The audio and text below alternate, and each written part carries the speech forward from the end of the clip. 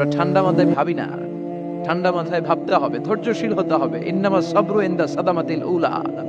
বিষ্ণু বলেছেন, বিপদের প্রথম ধাক্কায় যে সবর ধারণ করতে পারে সেই তো সবুর।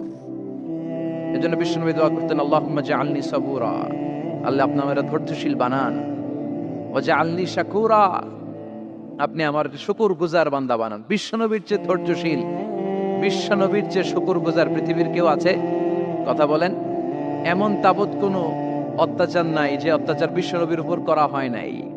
বিশ্বনবী মক্কার জামিনে যখন দাওয়াত দিতে লাগলেন, ওনারে পাগল বলা হতো, বলা হতো তুমি পাগল, বলা হতো মুহাম্মদ একটা কবি, বলা হতো মুহাম্মদ হচ্ছে গণক।